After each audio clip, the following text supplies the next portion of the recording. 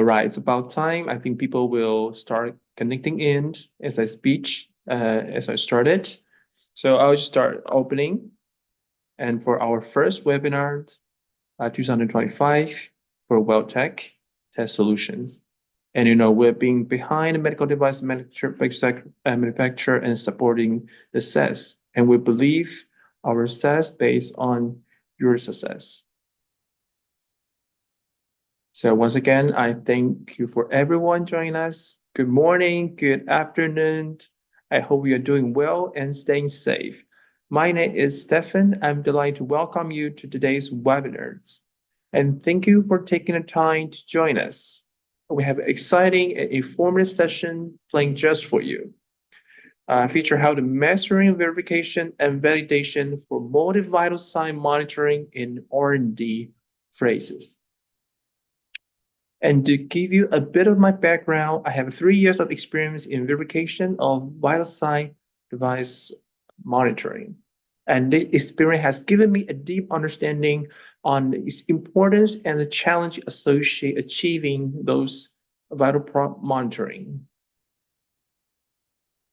And today we'll be starting sharing the current market trend and taking patient monitor as example because it has multiple vitals. And followed by the highlight of R&D centers, ECG and PPG testings, because we're going to take care of those separately as we have a decent multi-vital monitoring. And then the highlight of the R&D-oriented respiration testing and NIBP testings. At the end, we can explore the possibility in the end-of-line testings. As a many system engineer and QA engineer are very responsible to advise and plan entire final assembly testing during mass productions.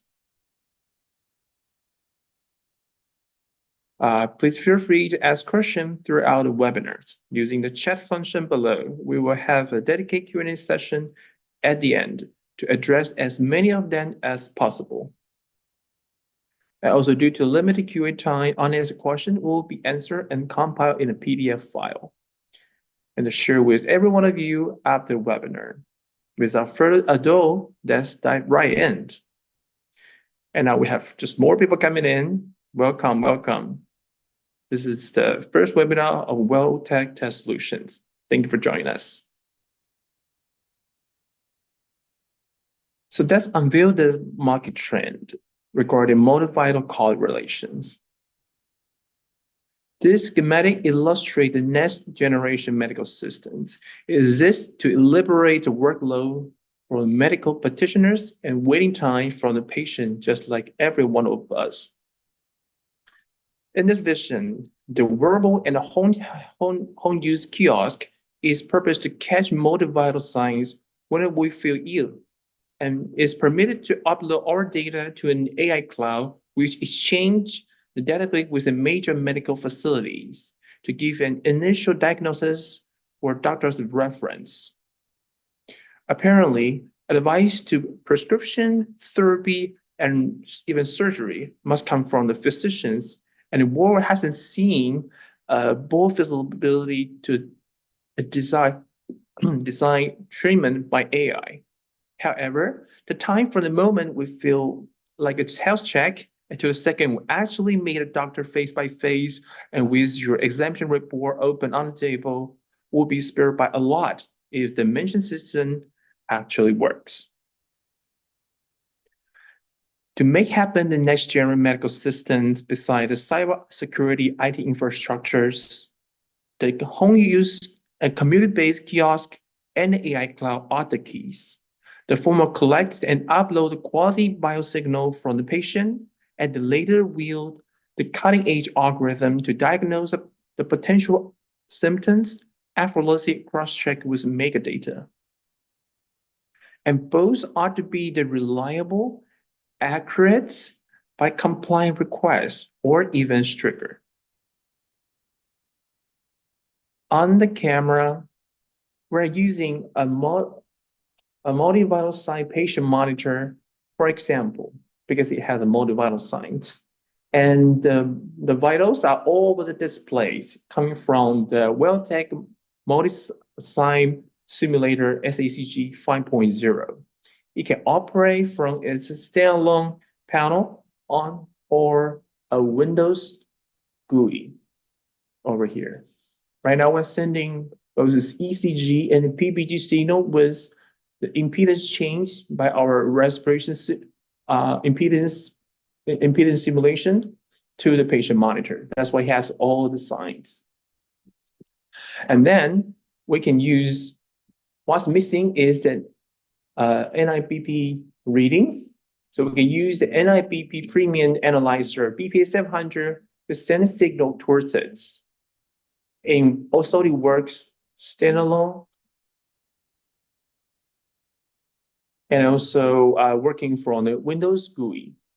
And this is the feature which the most of people love the most is the PD graph, which displayed the pressure and the times plots, which is the actual cuff pressure change. So the developer can see what's really happening between their device and the analyzer. So this is the NIBP monitor using a step deflation to measure the systole.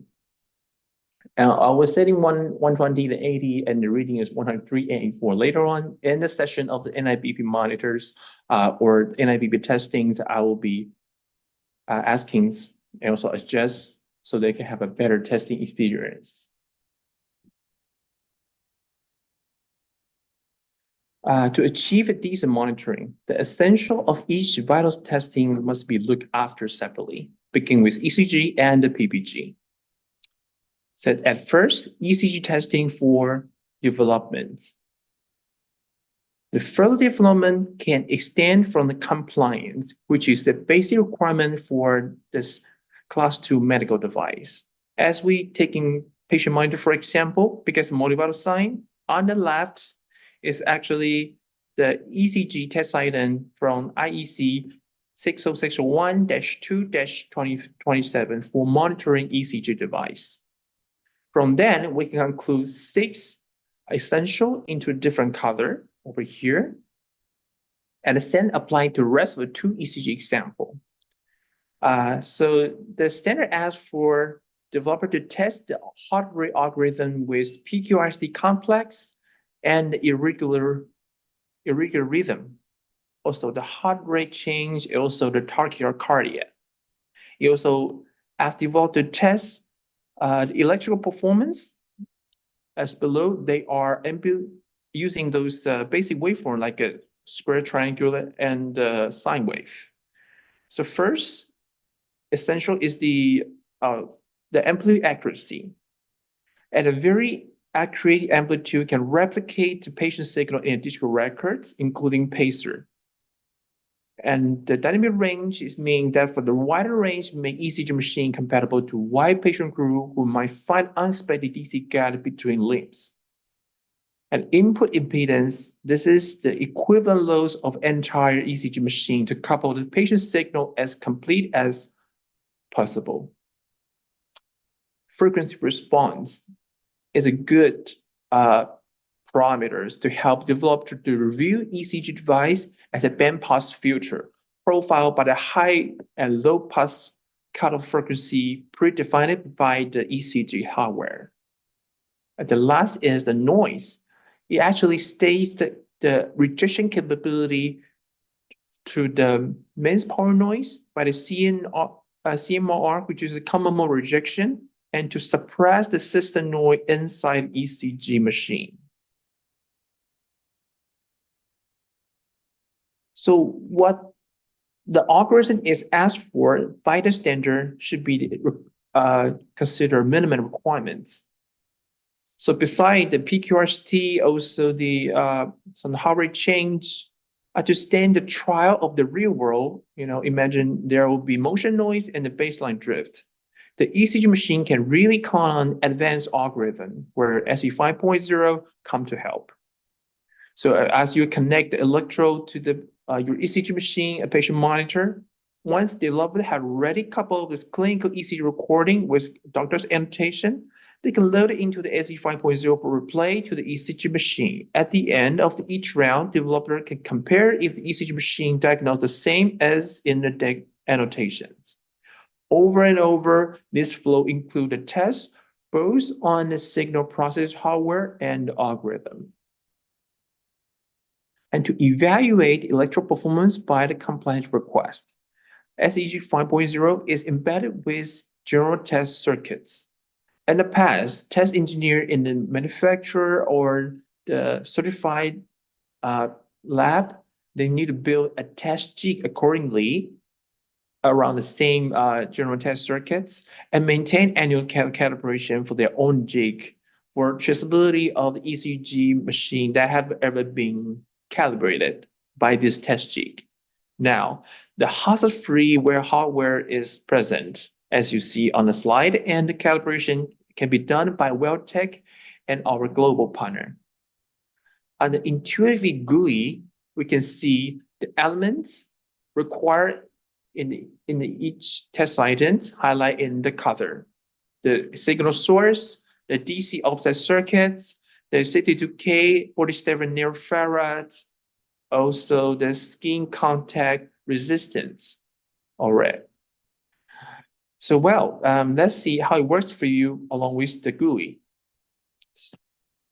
So taking the example from the 201.12.1.101.2 dynamic range for a differential offset voltage is about the testing dynamic range of your ECG device across different limbs. There might be a DC gap. On the left, this is the original progress from -227 standard. Briefly, the purpose is to limit the amplitude change detected by ECG machine within plus and minus 10% only, given the condition detailed in the method. The method shows that the switch on and off the signal source can be sign or triangle in few steps, and to see the linearity of the amplitude, and then add on DC later on to see the dynamic range and see how those amplitude change at a different DC level. And that shows your dynamic range. And the results, it followed the purpose to verify the observation on the ECG machine. So if very familiar with those details, the developer or the test technician, they can use the GUI to set up the test signal manually and then check the EUT displayed. Yeah, EUT means ECG device under test. Right.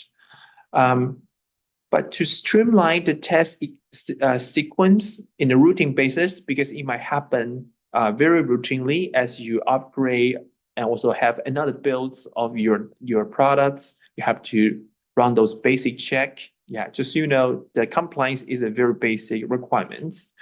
And also really helpful for the new onboard acquainted with the compliance tests. This can be something they can start with at the first phase. So the SE 5.0 is also offered with optional software standard assistance. So this standard assistant first enable all the test combination, like here, for every electrode, for the test combination with or without the 300 DC offset. And the second, by one touch, it can start the test and also show the script for the SDK, which means that actually SE 5.0 can be automated through our free given SDK. And then they will check on the back end of their ECG display and see if it's working under the criteria, because there's the percentage of the test signal to justify if the amplitude change is acceptable. And then you can enter to the table, and the end, it will export all the test result for your internal documentation. So likewise, developer can execute the rest of the test class in this efficient manner. And plus, for the most of the test class, SE 5.0 enabled wider test range in case developers are ambitious for higher specifications. And echoed again to the ECG data replay smart diagnosis, the ECG performance can be verified ready for the real world challenges. And another challenge we are going to facing a lot constantly is the SpO2 measurement through PPG. So starting this slide, we will be unfold the essential of the PPG monitoring of the patient monitor. And we will go through the technology and the test methods, and also the working principle and test method again. So as we strive to avoid the major cost of the undesirable performance, we can break down the pulse oximeter as in this schematic and take care of each part, electronic speaking. So what do we have? We have the LED front end, also the PD with the signal processing hardware. We have an MCU to operate the Hall systems, and we have algorithm is either MCU embedded or external. So in order to systematically examine each part, and measurable and traceable instruments is a reliable options. So with PPG 2TF modules, SE 5.0 beacon and multifunctional testers, just as described in ISO AIO 601-2-61 Annex FF, the test finger. All right. So it's present to catch the LED pulse from pulse oximeter by its PD and then send the user device signal through its LED to the pulse oximeter's PD. So the first essential we'll be looking at is the transmitter performance. And so this means that the pulse oximeter's LED behavior. So we're gonna see whatever is what it is designed to be. So instead of the hardwire your pulse oximeter to oscilloscope to check the electrical signal, and SE 5.0 have a sampling window to show if the LED pulse is being given properly. And the second we're looking at is the receiver performance.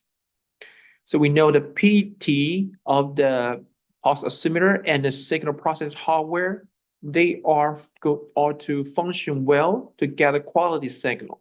Once the signal quality is secure, and the basic heart rate and the SpO2 can be verified for sure.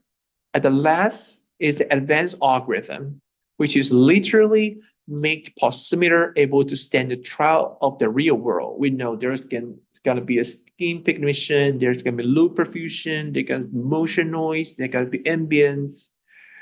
And so that will also create many kinds of the clinical data or some exercise data.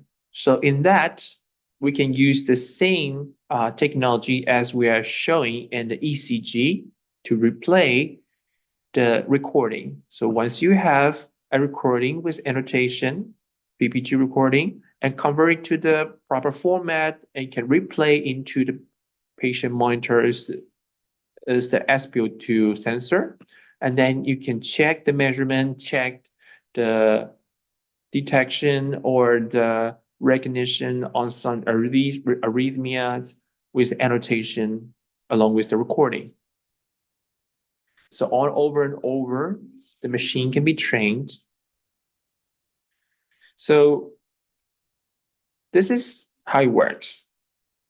So basically, what the oximeter do is that it was sending the LED pulse over and over to sample the patients. And this is their LED sampling frequency for sure. So in example, they're using a stronger red and the weak infrared signal.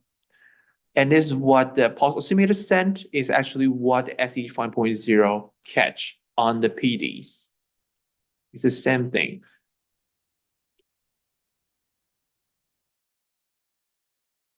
So we know that there will be a line over here, which is the curve that we'll try to sketch is a user-defined PPG waveform.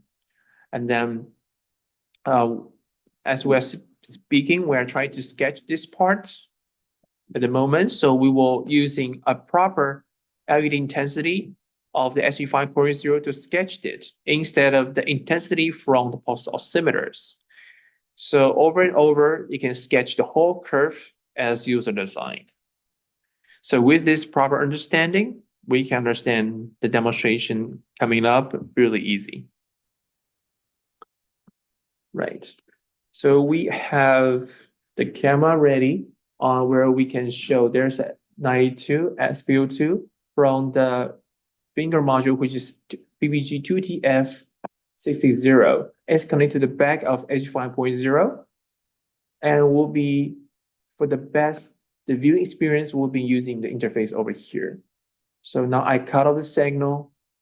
So here is the very friendly GUI. We have the definition of the PI, AC divided by DC, division, and the AC divided by DC again for infrared. The second layer is R value is the RPI divided by RPI. On the top is the SPO2 equation. At the start, it might have nothing to do with your pulse oximeters, but you may, after serial testing, you will get your Taylor equation for your pulse oximeters. So whatever you are outputting at the moment, you can just focus on the AC and DC, which is the electrical parameter will allow you to drive the LED of the SE 5.0 to make the simulations. So here we can make easy testing. So let's create a new table for it. For example, this is the day of the day. And we go and add a new row. So on the main interface, you need to jump one box to another box to set AC, DC for the red and CD for infrared. Right now, you can just set whatever you want over here in one row. So each row is a test condition. So let's just go, or for example, here, and I want to set 10 to keep everything the same for R and IR initially. All right, and then you can hit output and it will catch the signal in no time. Now it shows pulse sensing and cut the signal. And the last row is for you to enter. So this is an easy test and it shows is 86. So this is where you enter. And then you can stop signal and add row, and the row will be copied from the last row. So go on and on. You can try to cover the test range from 100 down to the 70, which is the most common specification of pulse oximeters reading. So if we have enough time, I would love to do everything, every detail for you. As well, try to make the webinar short and sweet. We can refer to a ready curve. I'm just playing for you, which is here. So imagine we covered the test range from 100 all the way down to the 4 as we can manipulate the parameters. And I can turn this table into a graph. What's the graph? Is the SPO2 curve. Is coordinated by the SPO2 and R value. And the R value is actually the products of the first 4 parameters. So we can look at the first polynomial line. This is actually the linear regression of all the test points. So we can use quadratic regression. We can find the quadratic curve. It's a parabolic. And then the equation is automatically derived. And then we can save and apply this line in our testings. So we will apply this one. So before we're trying to add different AC and DC to see how it change. But now it can change. We have control of the really unique R curve for this specific pulse oximeters. So we can just set what we want. For example, we go to 85, and along the curve, the AC of the red signal will be adjusted. Again, let's go. For example, I go to 90. So it was 10.23, and now it's go to 8.78. Yeah. So as it is sensing a signal from us, I just go a little bit deeper because the R and because the hemoglobin and the dehemoglobin have a very different, very distinct absorption on the red signal. That's why if you change AC of the rest signal, they will create a lot of change. So I'm sending the 90, it's showing the 90. So we can do one more at the 80, possibly. Now it's auto adjust again along the curve. So we can just pay for a few seconds and check the new reading, which is 80, perfect. So now we can run some more tests to cover the repeatability and reproducibility.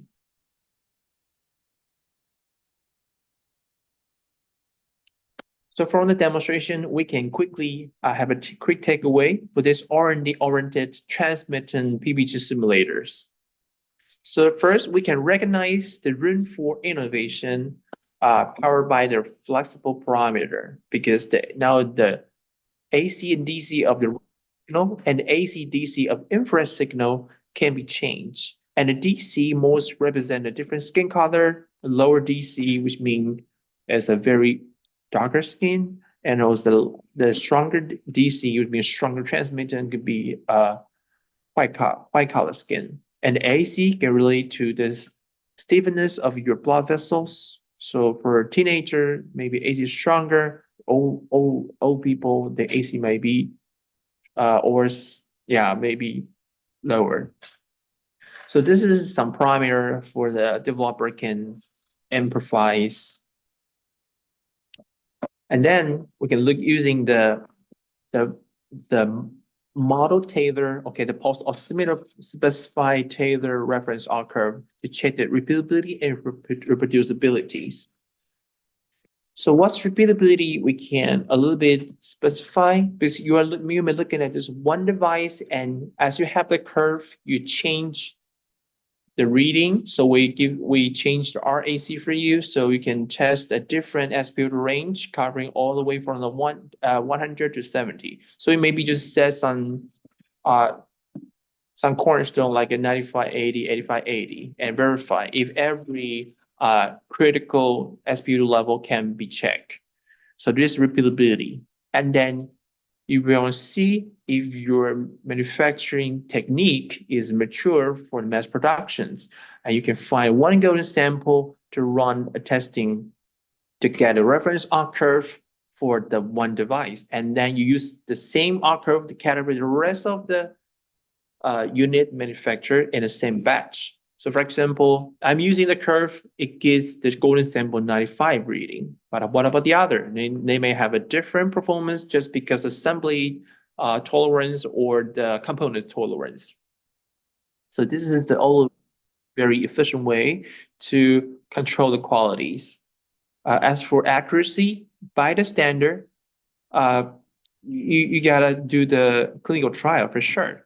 And what if we can save some costs and save some resource before then? Also, in the meantime, be really confident for the prototypes. So again, you can load the recording with annotation and replay through it. And last, we can also test the onus rejection capability by intentionally adding some ambient noise, even some mince noises, or respiration. How about that? Because the human PPG signal actually is mixed, or the academic term is modulated by the respiration signal.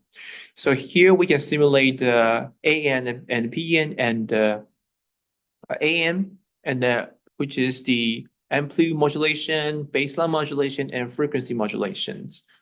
So you can remove that to read the hardware properly, or you want to extract those respiration signal to calculate the PPG derived respiration. Why not? So we can tell the breaths per minute from the PPG signal. So that's summary what knowledge we've been just went through together. So this is the flexibility ECG PPG impedance regulation NIBP simulation at once from just one device, and you can enhance analysis of the vital sign coordination by patient monitors. And the standard sense software breaks down and streamline ECG medical standard tests into the past criteria preparation, test parameter, also the condition, and auto verdict. The independent RNIR AC and DC setting actually portray various patient conditions for innovation of R&D personnel. And due to tailor R-curve, how benchmark new product with existing one. This is helpful when you is running product kickoff meetings. Also, very initial stage for the roadmap planning. It also ensure the repeatability and reproducibilities. And having the raw data to replace the training ECG or PPG database can very cost-effectively enhance algorithm testings. So that's the wrap for the in-depth ECG and PPG testing. What about the respiration and NIBP? To ensure the decent multivitals and monitoring, those two will be still taken care of separately. So on camera, the SECG 5.0 now is already replaced from the previous test finger, which is the PPG 2TF660, now become an external respiration module. So the connection is that the ECG or the patient monitor no longer connect direct to the SECG 5.0. It's connected to the respiration module first, and respiration module will wire to the main unit, which is SECG 5.0 multivital simulators. So actually 5.0 itself, it has a built-in resistor for the basic impedance-based respiration. However, the high-end monitor are specified to measure wide range. So they are specified for neonatal or some maintainable patients. That's why they go extreme on the specification. And that's why the external respiration module is ready for them.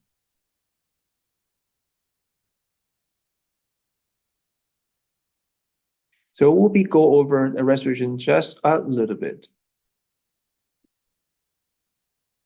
So respiration almost double the baseline test range from the D4 range up to 4,500 ohm and down to 100 ohm. The variation amplitudes up to the 10 ohm from the previous just 5 ohm and with 0.05 ohm resolution, which is the step you can adjust. So what are we talking about right now is the normal states, which we will just drive our impedance sets within the 5.0 hardware and make a sine wave to it so we can measure properly. So how do we ensure the patient monitor or all the ECG device can handle irregular breathing? You know, like in the clinical trial, we don't always breathe regularly. We breathe irregularly for some studies. So once again, play data works for respiration. So this is the wiring as you see on the camera. So the ECG connected to respiration module and module connected to the electrode of SE 5.0. So once you have a recording, which is the impedance change recording with annotation after formatting properly and then load and replay. And they will tell the measurements of the impedance and then give the proper diagnosis, and they can compare with annotations. And then we come to the final part we'll have to cover today, which is NIBP testings. So of course, it's similar to the ECG testing because there's a compliance test to follow. From there, we can extend to the extreme, also the advanced performance test. So of course, compliance requirements does give us a good directive when we're developing a new NIBP monitor or just NIBP algorithm. So on the left are the compliance test items of IEC AO 601-2-30s. And the first three, they are applied to all NIBP monitor, handheld one, a home use one, and patient monitor one. And the last two, they apply to NIBP module of the patient monitor because they apply, those is specifically applied to the auto cycling modes. So all the clauses are not difficult at all, honestly, but very tedious and repetitive and time consuming. So in the testing, besides the accuracy, we're also looking for the efficient way. So with proper comprehension, we can classify all the class into the 6 essentials. They are deflation time, manometer accuracy, and systole and diastole repeatabilities, protection mechanism at maximum pressure, cough and bladder robustness, and max inflation time, and systole out diastole accuracy. And of course, in this one, the clinical investigation is required. And it's going to be through a trial of 255 reading over 85 patients. So every FDA approved or MD approved BP monitor are definitely proven to be accurate in such a level. However, the strategic plan before clinical trial can lead us into a sweet spot between the budget, accuracy, and the feasibilities. Such plan might include revisiting more clinical recording more than just 255. And so the BP monitor is beyond compliance and beyond competence. BPA700 is also offered with a very friendly GUI. It's on the LCD standalone display, also on the Windows GUIs. And it's how you connect, have one port connect to the BP monitor, and another one connect to the cuff, and there will be a mentor within it. So this is the function for the compliance and performance tests.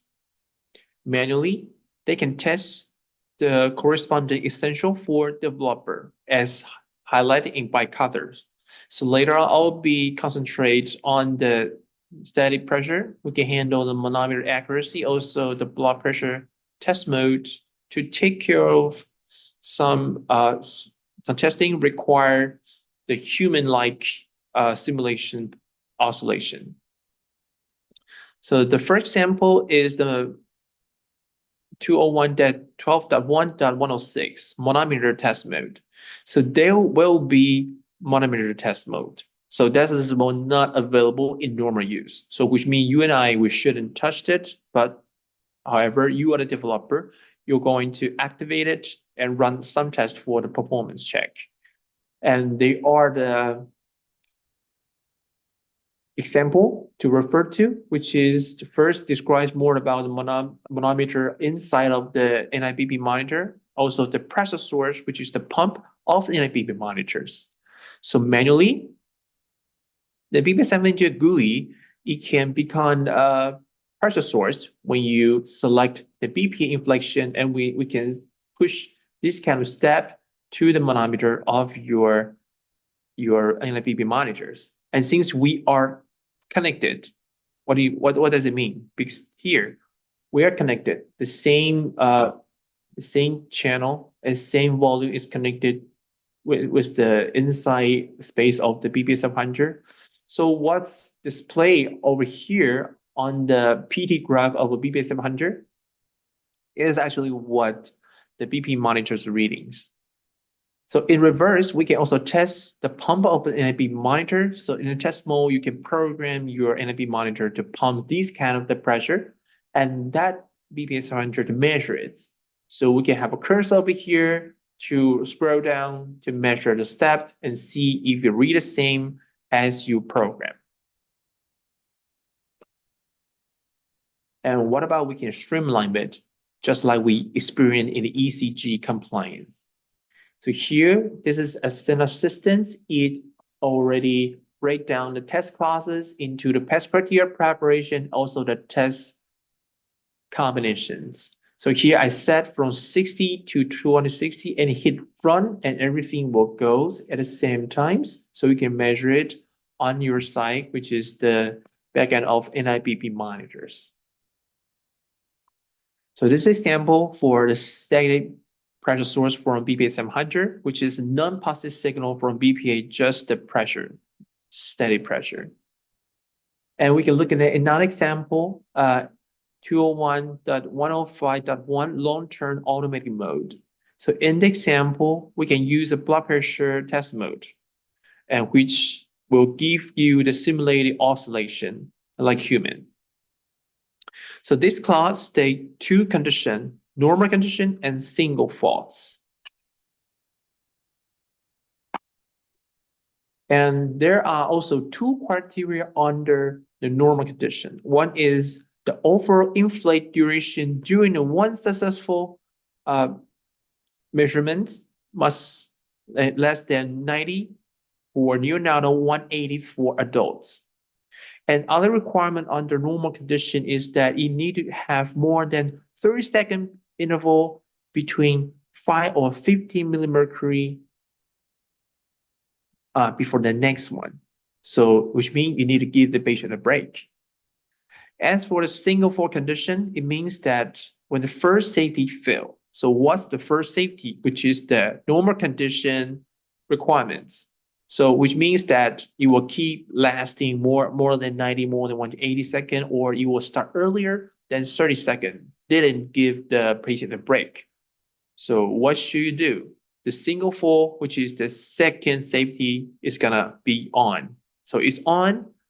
So it will deflate the pressure instantly.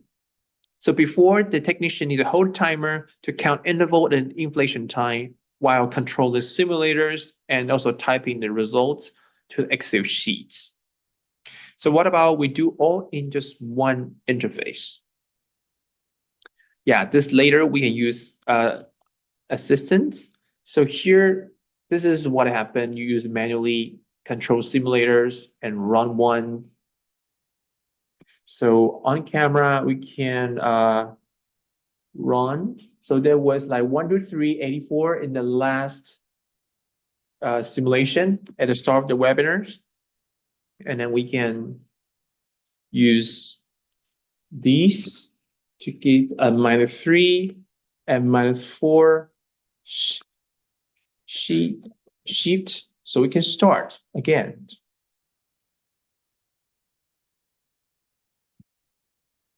Right, so while we're waiting, this is going to happen. So again, is using another step deflation.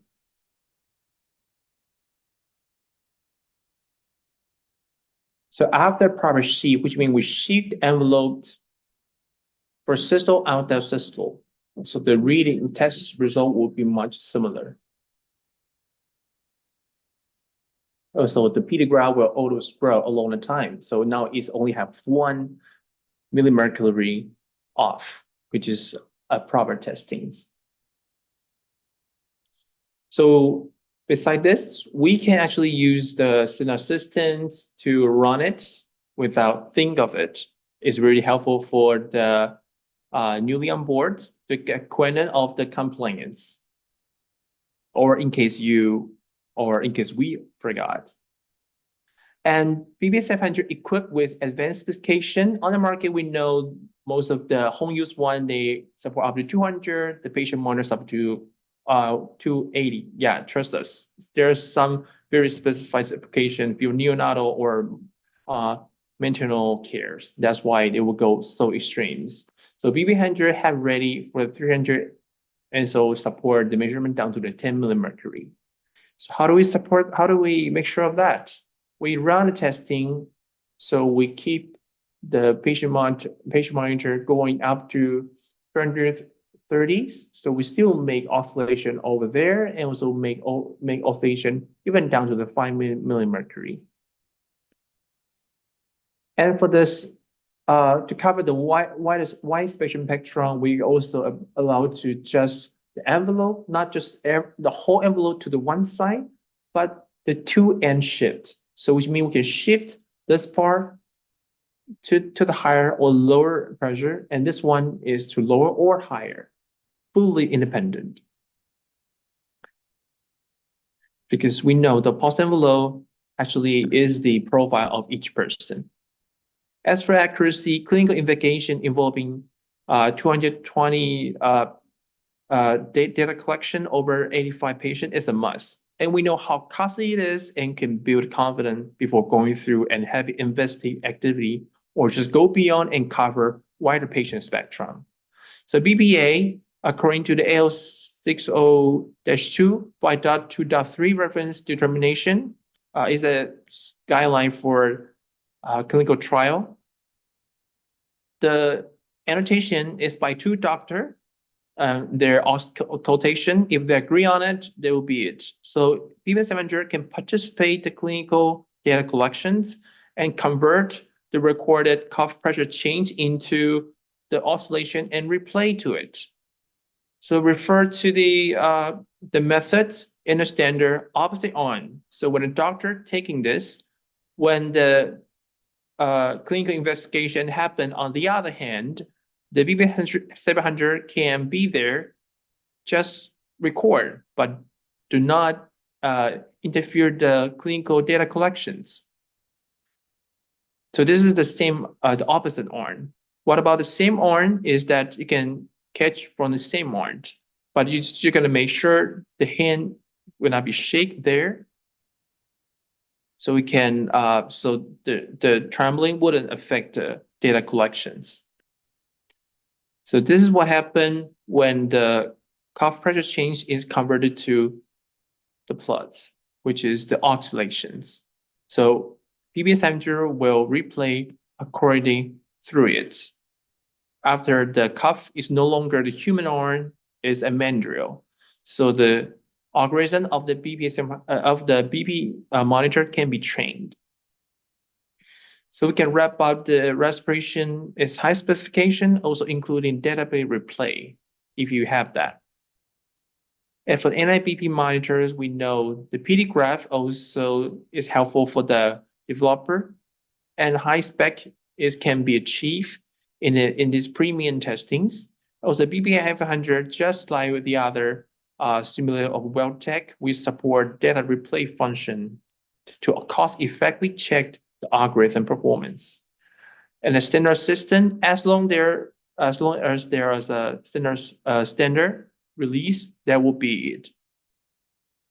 So at last, we can explore just a little bit about the automated possibilities because we offer SDK. And the feature of the SDK first is good news. We would not charge you. And it's downloadable and can ramp up the throughputs. And again, it's very user-friendly. If you see the API, the Python symbol code, you will love it. And it's cross-platform friendly. We support Windows, Linux, Raspberry Pi, and some models also support Mac OS. So this example, beside the example we give, the dynamic range, we use our SDK to run the baseline reset, also the pacemaker testings. And also the SDK to run the most unforgettable NIBP compliant test, which is the reproducibility. So if you support just one mode, you need to take 80 times. If you support both neonatal and the other mode, you might have to do at least 160 times. So we can easily write a loop, a for loop to summarize the test, and you just sip and have a coffee and just wait for the test results. Yeah, this is how it's understood. So this is the automated test framework most of developers use. They will use automated test servers, and they will automate SEG and also another ECG simulator tester called CMOR, take care of another two important compliant tests. So they will use SE to control it and make it send signal to the ECG acquisition systems, and then they will log back the data for the four feature that actually summarize the WellTech solutions. So it's going to be the flexible, parameter adjustable, and the data replayed for algorithm training, and the standard system compliance friendly. So you don't need to worry about the very repetitive and tedious job. And SDK make the all WellTech product automatable for end-of-life testings. There'll be a Q&A time, guys, and let us just go through your questions, which I won't have because I was fall offline because our router go on strike. And here we go. Okay, if I can see the previous question sent from my, just a minute. Can PPG coming from the transfective sensor or can be detected? Yes, the PPG 2TF, it is a transmittant PPG simulator. So it works for transmittant sensor for sure. So it's included in the part 2 of our webinar today. Is ECG and the IP waveform synchronized? Change in ECG going to reflect change in IBP? So this is not synchronized because if you have the data replay, because the IBP, but actually the IBP is not supported.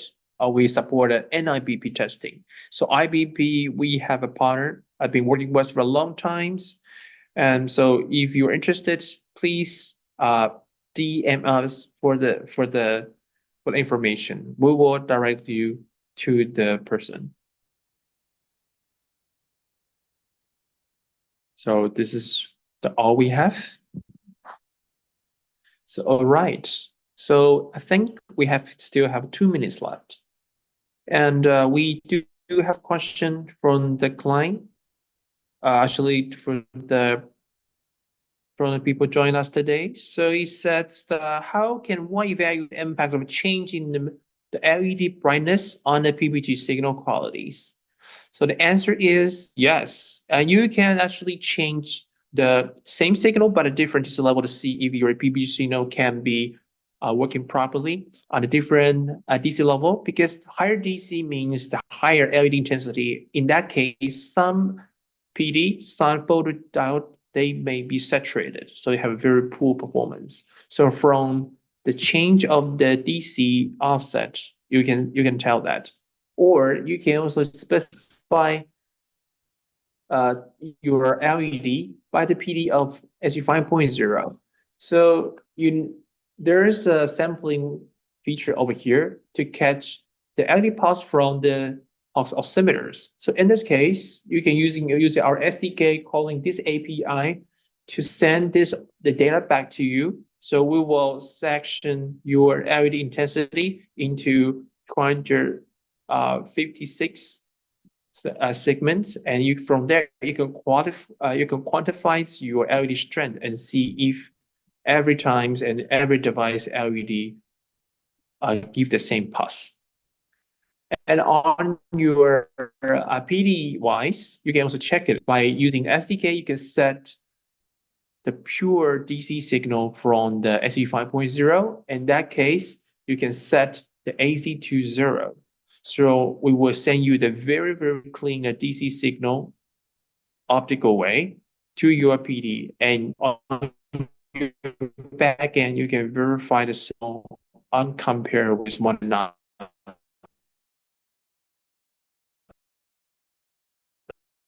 So all the unanswered, uncovered question, just because the terrible Wi-Fi today, will be covered in our PDF file share with every one of you after the session today. Thank you, everyone. Good afternoon and good morning. We wish you a wonderful day. Thank you for joining us. I'll see you again. Bye-bye.